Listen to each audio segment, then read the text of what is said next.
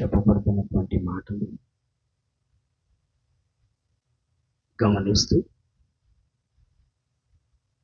వాక్యం పట్ల దృష్టి పెట్టండి.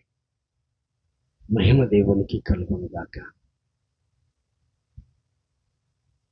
దేవుని మహాపూర్వకంగా స్తుతించుదాం గట్టిగా అందరం.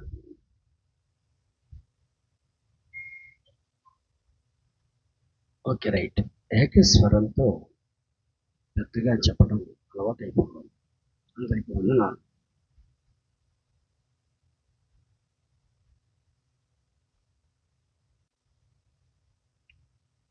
ఒక్కొక్క టాపిక్ని ఒక్కొక్క విధంగా మనం ధ్యానం చేస్తూ వస్తున్నాం.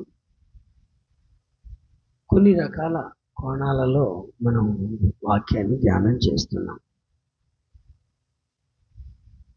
వాక్యం ధ్యానించేటప్పుడు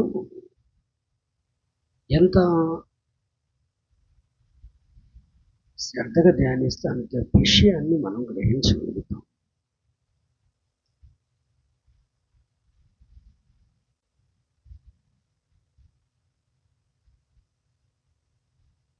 రాజుల రెండవ గ్రంథం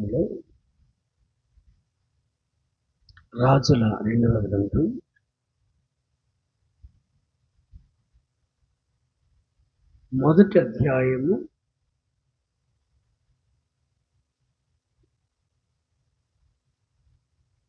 3-4 వచనాలు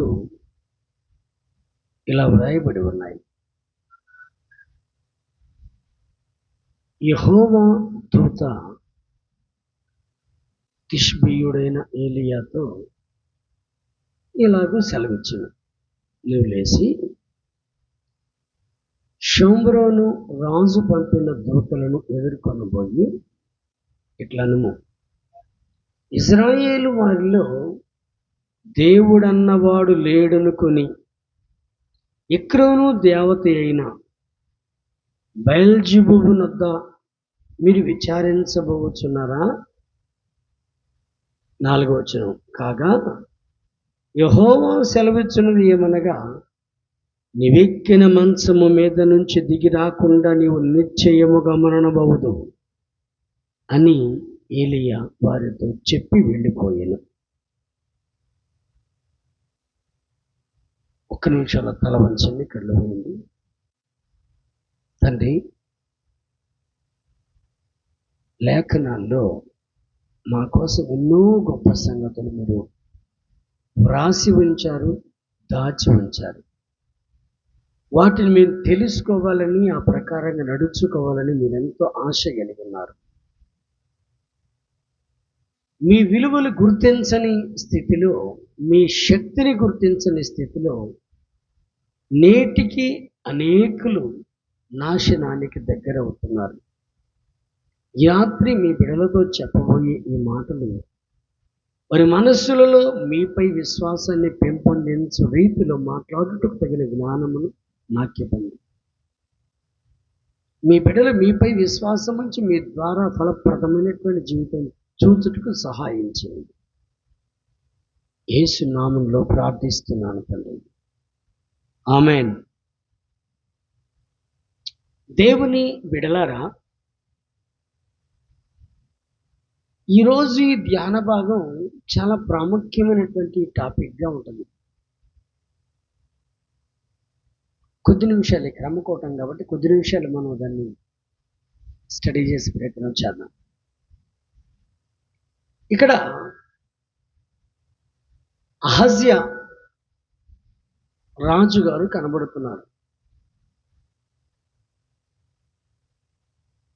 ఈయన తన మేడగది కిటికీలో కూర్చొని బయట జరుగుతున్న వింత విశేషాలు చూస్తూ అపోస్తలుల కార్యములో ఐతుకులాగా మైక్ కంట్రోల్ చేయమింగిరకు కిటికీలో నుంచి కింద పడ్డాడు. కిటికీలో నుంచి కింద పడినటువంటి ఇతను రోగి అయ్యాడు అని వ్రాయబడింది. సంథింగ్ ఏం జరిగిందో మొత్తం మీద మంచాన పడ్డాడు మనిషి.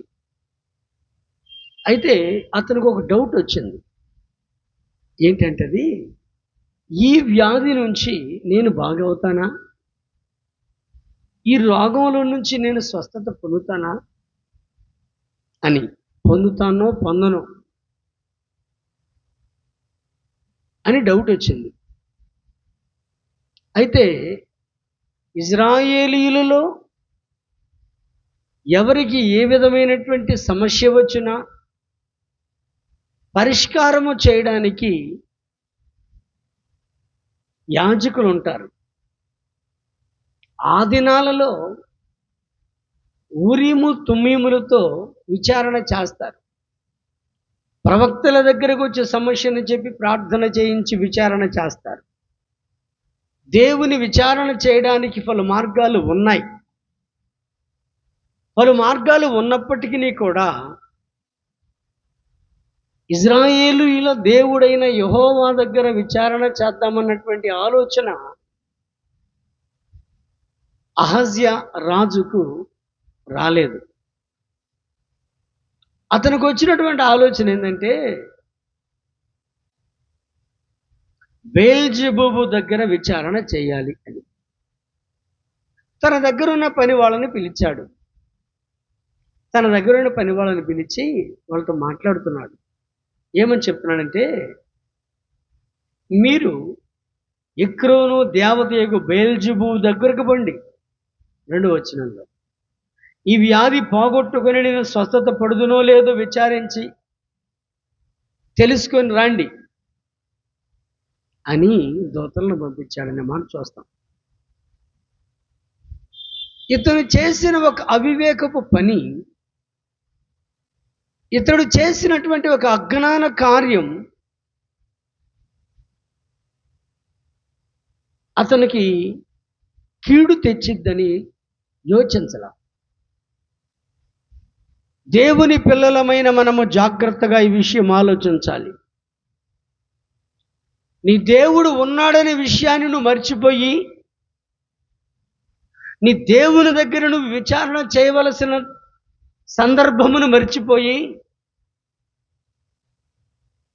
ఏదో ఎక్కడో ఎవరో చెప్తారు, చేస్తారు, అక్కడికి వెళదాం అది చేస్తారు, ఇక్కడికి వెళదాం ఇది చేస్తారు, అక్కడికి వెళితే చెబుతారంట అని అపోహలలో భ్రమలలో దేవుని మరిచి దారి తప్పావా?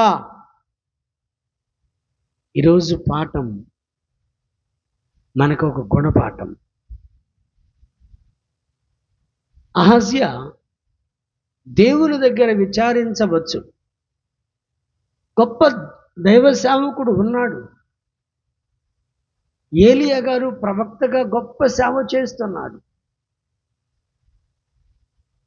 అయితే ఎక్రోనుకు వెళ్ళండి, బెయల్జెబూబు దగ్గర విచారించండి అని ఎప్పుడైతే మనుషులను పంపించాడో, దేవుడు ఏలియాతో మాట్లాడాడు.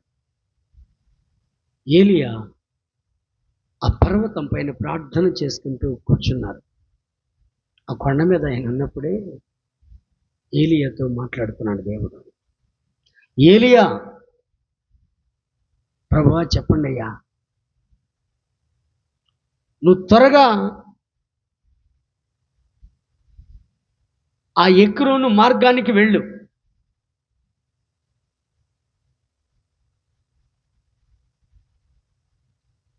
ఆ మాట గమనించండి. 3వ వచనం, తిబ్షీయుడైన ఏలియాతో, నీవు లేచి షోమ్రోను రాజు పంపిన దూతలను ఎదుర్కొనబో.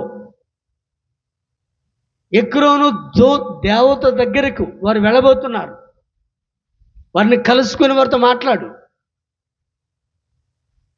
అన్నప్పుడు వెంటనే లేచాడు. ఏలియా వెళ్ళాడు, వారు ఎదుర్కొన్నాడు. ఆ పనివాళ్ళు, ఆ రాజు పంపినటువంటి రాజు పరివారం వెళుతున్నారు ఎక్రోనుకు. బెయల్జెబూబు దగ్గర విచారణ చేయాలి అని వెళుతున్నారు. ఈలోపు ఏలియా మార్గంలో కనపడి మాట్లాడుతున్నాడు.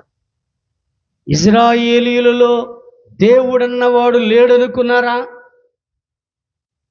సహాయము చేయగలిగిన సమర్థుడు లేడనుకున్నారా? ఆయన యొద్ద విచారణ చేస్తే మీకు మేలు జరగదనుకున్నారా? లేక ఇజ్రాయేలీయులలో సకల విధములుగా కంటికి రెప్పలా తన ప్రజలను కాపాడుకొనుచున్నందువల్ల ఆయన మీకేమైనా సవకైపోయాడా?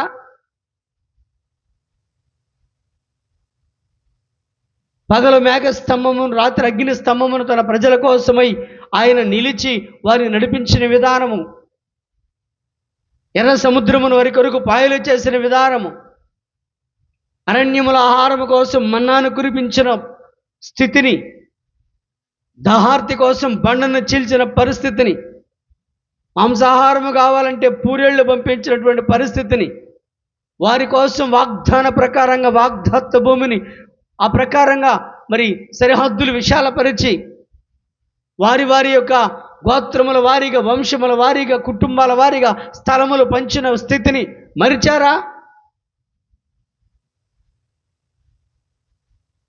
ఇజ్రాయేలీయుల పట్ల తన దేవుడు ఎంత గొప్ప కార్యములు చేయుచున్నాడో మరిచారా?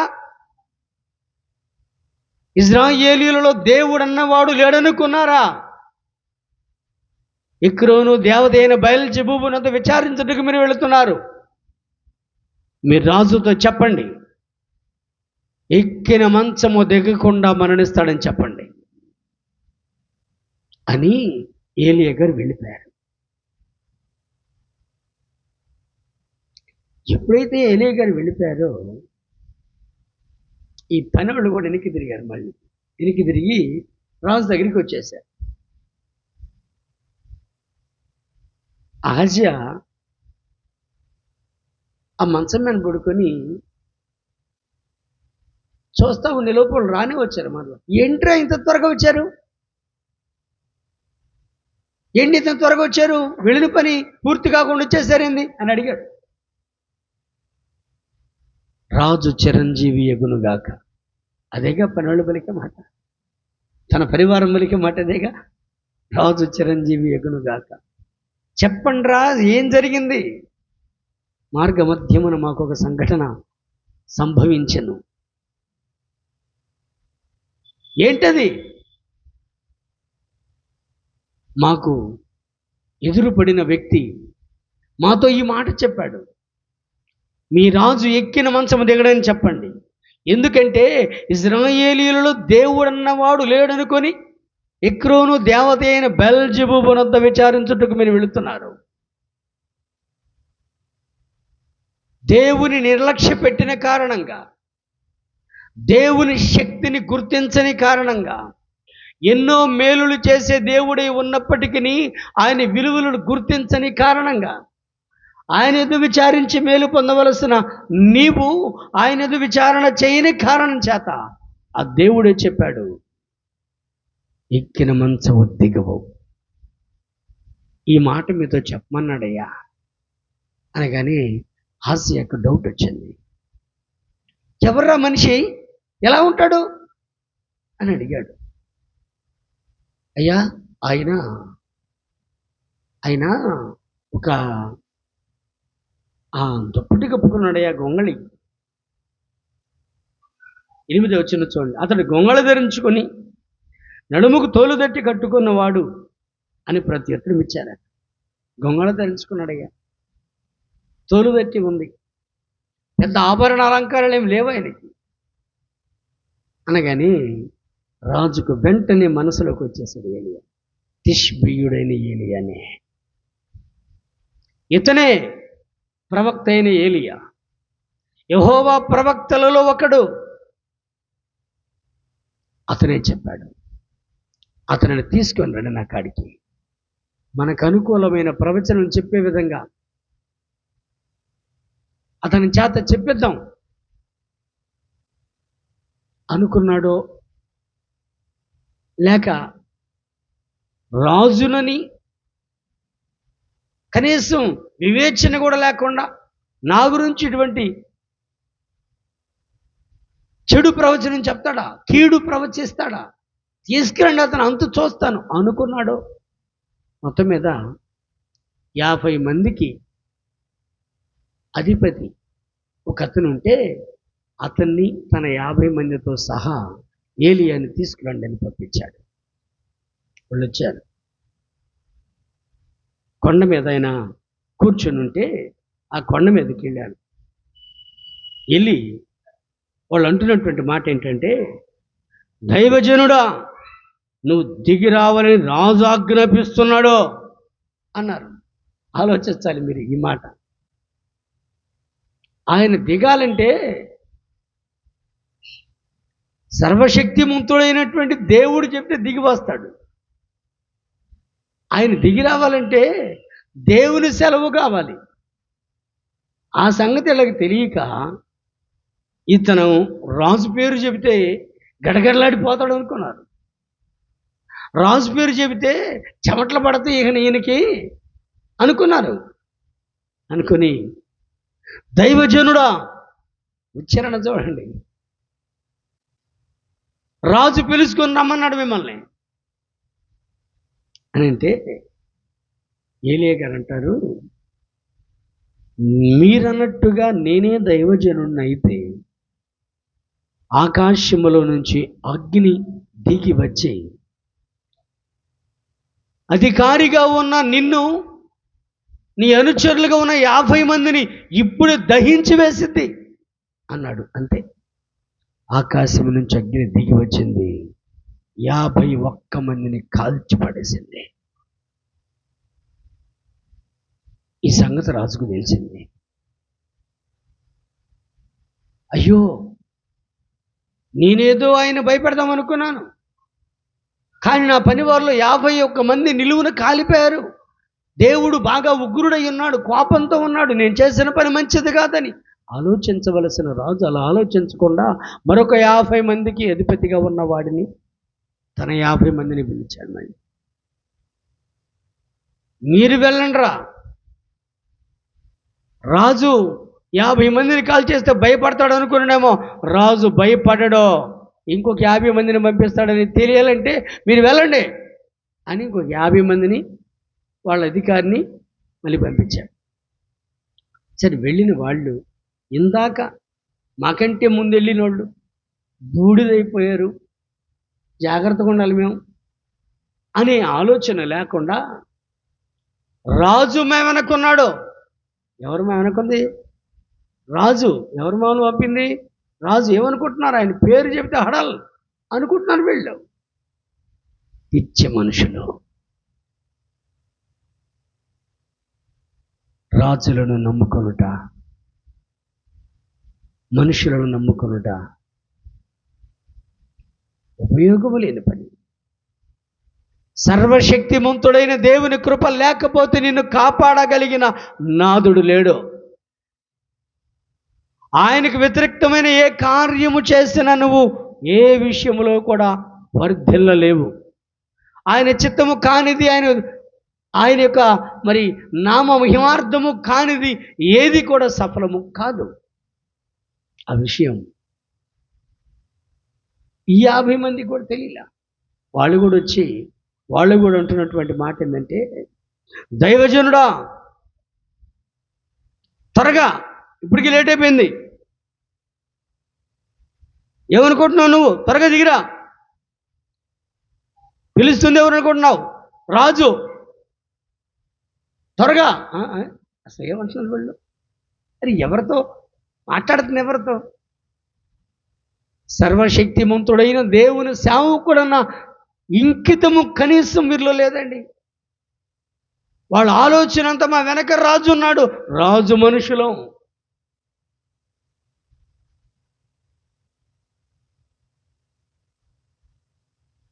దేవుని పిల్లలమైన మనం జాగ్రత్తగా ఆలోచించాలి. రాజు మనుషులం అని చెబితే భయపడతాడు సేవకుడు అనుకున్నాను. ఆ మధ్య ఒక బైక్ మీద ఆయన తాలూకు అని రాశారు. దాన్ని చూసి నవ్వుకున్నాను నేను. ఆయన తాలూకు. నువ్వు ఆయన తాలూకు మనిషి అయితే ఆయన యొక్క సహకారం నీకు అందించగలడు. కానీ ఈయన తాలూకు మనుషులతో పెట్టుకోకూడదు. మ్యాటర్ అర్థమైందా? నువ్వు ఆయన తాలూకు మనుషులు అయితే ఆయన నీకు సహాయం చేయొచ్చేమో, కానీ ఈయన తాలూకు మనుషులతో ఏదైనా వివాదం పడిందనుకో, ఇదిగో వ్యవహారం ఎట్లుంటుంది. వీళ్ళ ఆలోచన ఎట్లుంది? మేము ఆసియా తాలూకు మనుషులమండి, ఏమనుకుంటున్నావు, దిగిరా, త్వరగా దిగో అంటున్నారు. అయితే ఏలియా గారు అంటారు, మీరన్నట్టుగా నేను దైవజనుడైతే ఆకాశం నుంచి అగ్ని దిగి వచ్చి మిమ్మల్ని దహించి వేసేది అన్నాడు. అంతే, ఆ 50 మంది వారి నాయకుడు బూడిదైపోయారు. దేవుని పిల్లలమైన మనం కొన్నిసార్లు ఆలోచించాలి. అంటే దేవుడు అంత కఠినుడా అంటే కాదు, కఠినుడు కాదు. ఆయన దగ్గర వ్యవహరించవలసిన విధముగా నువ్వు వ్యవహరించకపోతే, విధేయత చూపవలసిన విధముగా విధేయత చూపకపోతే, నమ్రత కలిగి ఉండవలసిన విధముగా నమ్రత కలిగి ఉండకపోతే, నీవు ఆయన దగ్గర వ్యవహరించవలసిన తీరు నీకు అర్థం కాకపోతే విపత్తు ఇలాగుంటుంది, జరిగే పరిణామం ఎలాగుంటుంది అంటానికి ఇది ఎగ్జాంపుల్. దేవుని బిడ్డ, ఒక్కసారి ఆలోచించు. దైవజనుని శక్తిని గుర్తించు. అయితే ఆయన కనికర స్వరూపుడే. తన దగ్గరను విచారణ చేయడానికి నువ్వు పూనుకోలేదుగా. మరణాపాయము తప్పించి ప్రాణం పోయడానికే ఆయన ఆలోచిస్తున్నాడు. తన దగ్గరకు రావాలని, తన దగ్గర నువ్వు విచారణ చేయాలి, తనకు మొర్ర పెట్టుకొని జవాబు పొందుకోవాలి. ఆయన దగ్గర రాకుండా ఎక్కడో ఏదో నాకు మేలు జరిగింది అన్నట్టుగా ఎక్రోనులో ఉన్న బెయల్జెబూబు దగ్గరకు వెళ్ళబోతున్నటువంటి అతనికి జరిగేటువంటి పరిణామాన్ని దేవుడు ఖచ్చితంగా చెప్పేశాడు. అప్పుడైనా రాజులో మార్పు వచ్చిందంటే రాలా. కొంతమంది ఎట్లాగుంటారంటే వారి అహము, వారి గర్వము ఏమాత్రము కూడా తగ్గదు. చచ్చిందాకా, సావు మూడితేనే వాళ్ళు అట్టుంటారు. దేవుని పిల్లలముగా మనం జాగ్రత్తగా ఆలోచించాలి, వివేచించాలి. దేవుని దగ్గర కదా మనం ఉన్నాము, చాలా జాగ్రత్తగా వ్యవహరించాలి కదా. జగద్రక్షకుడు ఆయన. ఆయనకు కోపం తెప్పిస్తే ఎలా బ్రతకగలం? రక్షకుడే. శిక్షకుడుగా నీ ప్రవర్తనను బట్టి మారుతాడు, భక్షకుడుగా నీ క్రియలను బట్టి మారుతాడు. జాగ్రత్త. దేవుని ఎదురు నువ్వు జాగ్రత్తగా వ్యవహరించాలి. నీ తీరు తెన్నులు జాగ్రత్తగా ఉండాలి. అది అర్థం చేసుకోవటానికి ప్రయత్నం చేయాలి ఈ రాజు.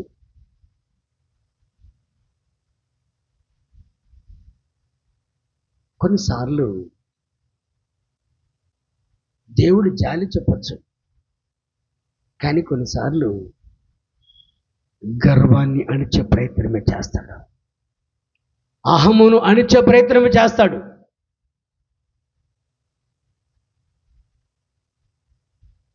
మనల్ని మనం ఒకసారి పరీక్షించుకోవాలి. దేవునికి స్తోత్రం.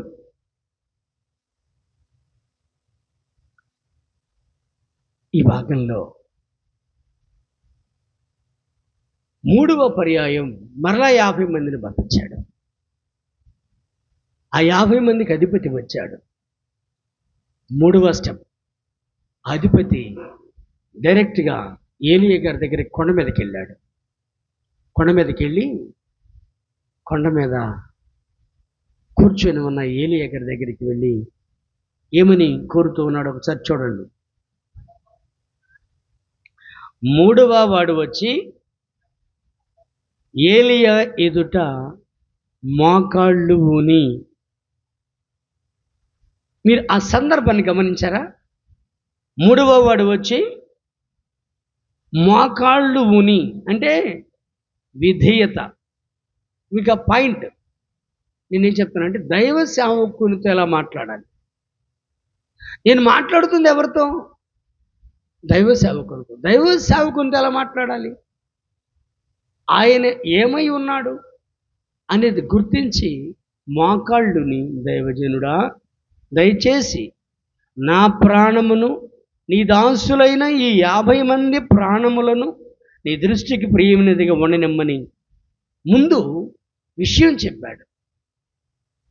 ఆ తర్వాత చిత్తగించుము, ఆకాశము నుంచి అగ్ని దిగి వెనుకటి పంచ దశాధిపతుల ఇద్దరిని వాని 50 మందితో కూడా దహించను. అయితే నా ప్రాణమును నీ దృష్టికి ప్రియమైనదిగా ఉండనిమ్మని మనవి చేయగా యెహోవా దూత వానికి భయపడక వానితో కూడా దిగిపోమ్మని ఏలియాకు సెలవిచ్చాను. ఇతను దింపాడు, ఏలియాని దింపాడు, కొండ దింపాడు, రాజు దగ్గరికి తీసుకెళ్ళడానికి దింపాడు. ఎలాగ దింపాడు? విధేయత, నమ్రత. దైవజనుడు దిగి వచ్చాడు. ఎలాగూ ముందుటి 50 మంది 20 వచ్చారు 2 ముఠాలుగా, వాళ్ళ వల్ల కాలేదు, ఇతను దింపగలిగాడు. కారణం ఏంటి? విధేయత.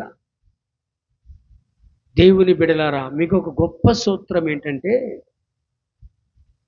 దేవుడు నీ దగ్గరికి దిగి రావాలని ఆశపడుతూ ఉన్నాడు. నీలో ఉండాలని ఆశపడుతున్నాడు. మీతో ఉండాలని ఆశపడుతున్నాడు. 2 3 కూడి నా నామమును స్మరణ చేస్తుంటే, స్తుతిస్తుంటే, కనపరుస్తుంటే వారి దగ్గరే, వారి మధ్యలోనే ఉంటారు.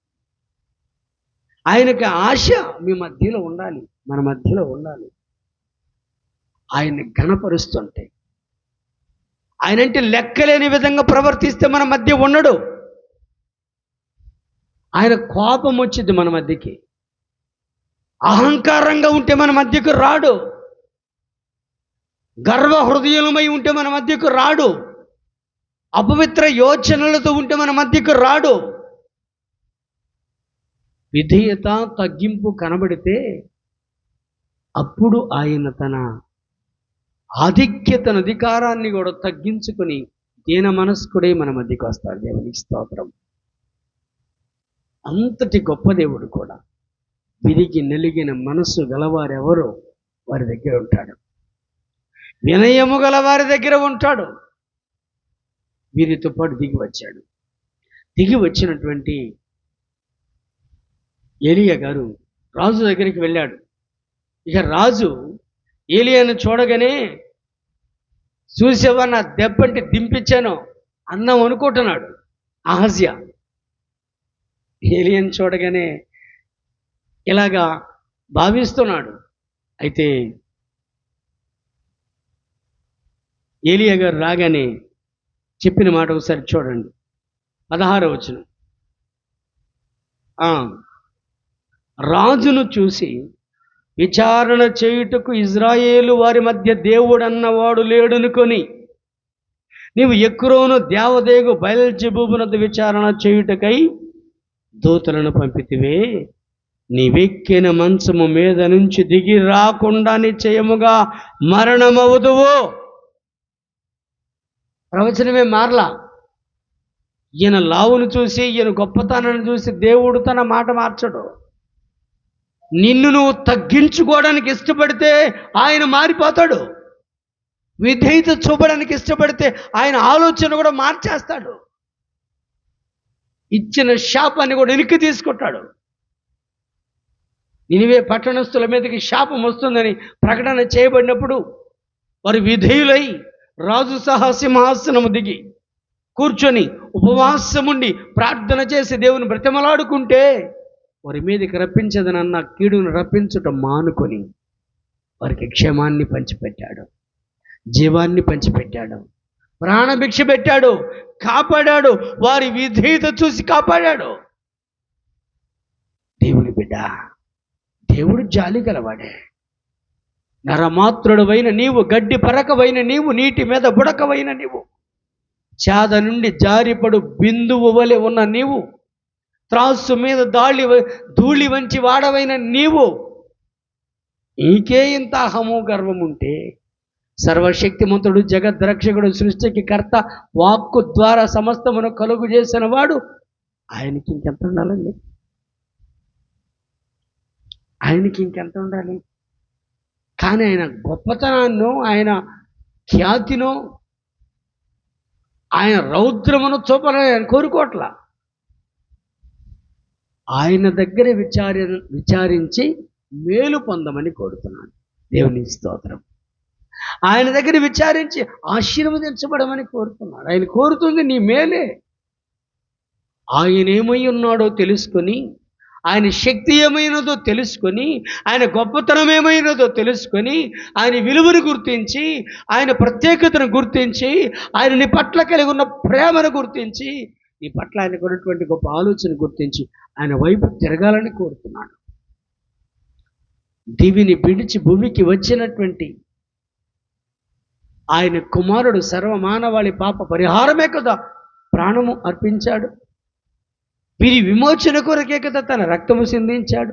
ఎంత జాలి ఆయనకు లేకపోతే తండ్రి ప్రేమను మనం అర్థం చేసుకోవడానికి ప్రయత్నించాలి. యోహాను సువార్త 3వ అధ్యాయం 16వ వచనం ఏమని చెప్తుంది?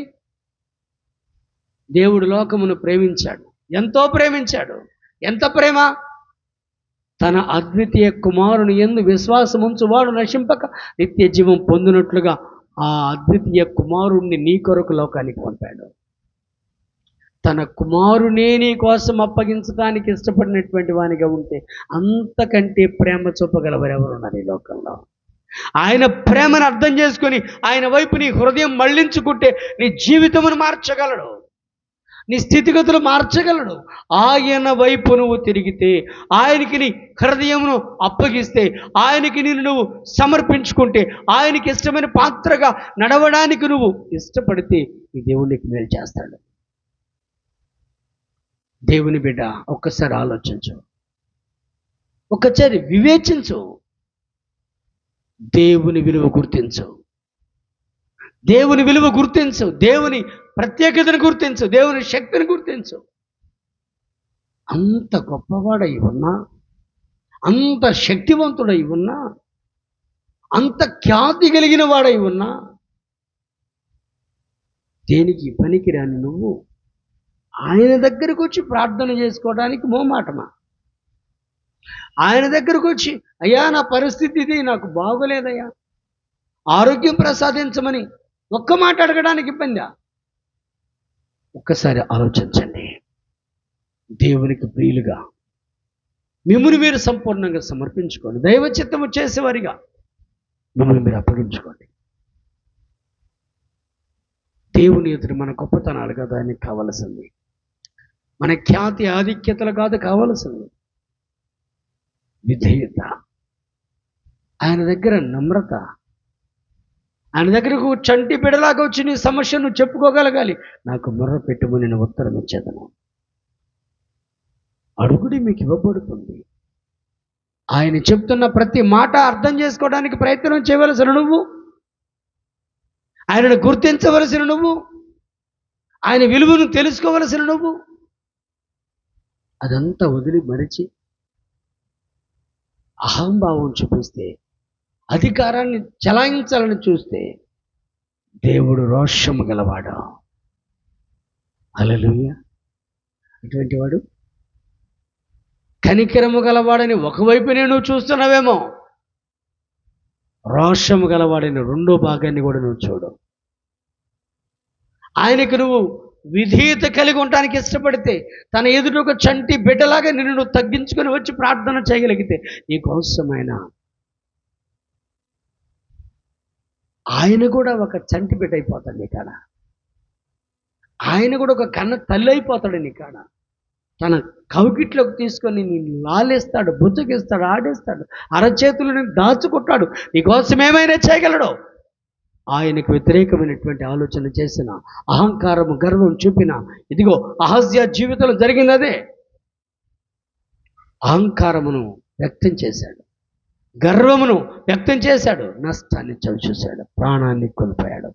కింద వ్రాయబడిన మాట అదే ప్రకారంగా చెప్పిన తర్వాత 17వ వచనంలో ఏలియా ద్వారా యెహోవా సెలవిచ్చిన మాట ప్రకారంగా అతడు చనిపోయాను. ఆలోచించండి.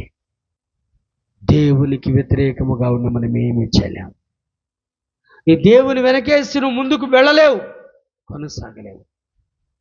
దేవునికి నిన్ను నువ్వు అప్పగించుకో, దేవుని ఎదుట నిన్ను నువ్వు తగ్గించుకో.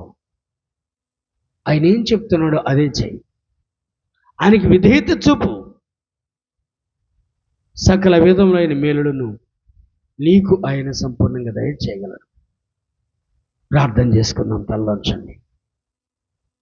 తలలోంచండి. మీరు ఒక్కసారి ఎంత తగ్గింపు కలిగి ఉన్నావో, ఎంత విధేయత కలిగి ఉన్నావో దేవుని దగ్గర ఆలోచించు.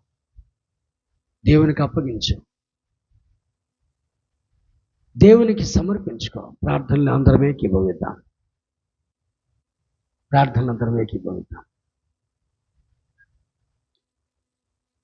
పరిశుద్ధుడైన తండ్రి, నీకు స్తోత్రం. దయగల ప్రభువా, మీకు వందనాలు. మహిమోన్నతుడా, మీకే స్తోత్రాలు చెల్లిస్తున్నాం. లేఖనముల నుండి ఈరోజు మాట్లాడిన ప్రతి మాటను బట్టి మీకు వందనాలయ్యా, స్తోత్రాలు. మమ్మల్ని మేము తగ్గించుకొని విధేయత చూపుతూ మీ దగ్గరికి వచ్చినప్పుడు మా పట్ల ప్రేమ చూపేవారు, కనికరము చూపేవారు, కృప చూపించేవారు మీరు స్వామి. మీకు స్తోత్రం. ఆసియా మీకు వ్యతిరేకముగా ఆలోచించాడు. తనేదో గొప్పవాడను, రాజును, తనకు ఒక ఆధిక్యత కలదన్నట్లుగా ఆలోచించాడు. చివరికి ప్రాణం పోగొట్టుకున్నాడు. అలా కాకుండా విధేయతతో, నమ్రతతో, మృదుత్వంతో ఎదుట సాగిలపడి మేలు చూసే బిడలుగా మాకందరికీ మనసు దయచేయండి. మీ బిడ్డలని మీరు జ్ఞాపకం చేసుకుని మీ బిడ్డలందరినీ మీరు ఆశీర్వదించండి. ఈ వాక్యం మీ బిడ్డల కనువిప్పు కలిగించేది ఉంటుంది, సహాయం చేయండి. మహిమ ఘనతలు మీకు ఆరోపిస్తున్నాం. యేసు నామములో ప్రార్థిస్తున్నాము తండ్రి. ఆమేన్.